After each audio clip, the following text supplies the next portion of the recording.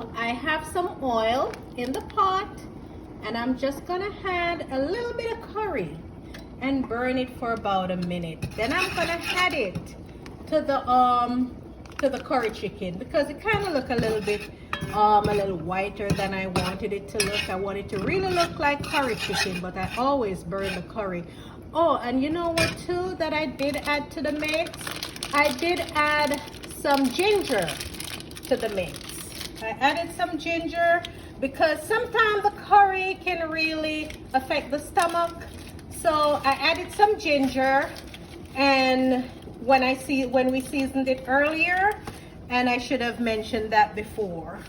So, you know, it's gonna go ahead now and get hot, and then afterwards I will just combine it with the chicken. I'll just add it to the chicken right now.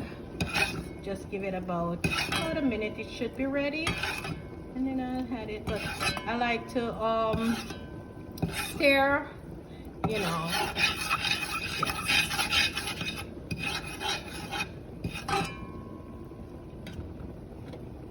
Just turn up the temperature a little. This, you never turn your back on it, because you know what, that happened to me before. I turned my back burning the curry one time.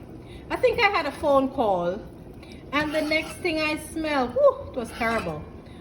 It was just burning. So you know, I had to throw it out. I think I was preparing the burnt curry for some curry goat for some holiday, and I had to, it took a little while to get that burnt smell from out of the house. But you know what we did? We put on another pot with some cinnamon, and we turned on the stove, added the cinnamon powder to the mix, and just